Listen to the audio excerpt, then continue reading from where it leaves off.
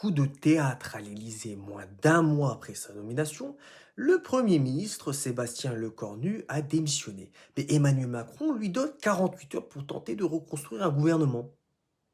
Nommé début septembre, Lecornu devait incarner un nouveau départ. Mais entre ministres controversés et divisions dans la majorité, son gouvernement a explosé avant même d'avoir commencé à gouverner. Ce week-end, le Cornu jette l'éponge, une démission record, moins de 30 jours à Matignon du jamais vu sous la Ve République. Mais surprise, Macron le rappelle aussitôt. Il lui demande de tenter le coup en 2 jours, de bâtir une nouvelle équipe capable de rassembler autour d'un projet d'action stable.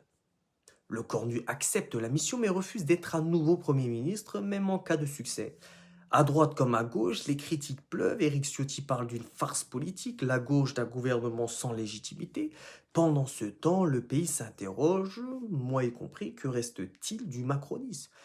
Si les négociations échouent, Macron pourrait dissoudre l'Assemblée nationale ou même envisager un geste plus radical.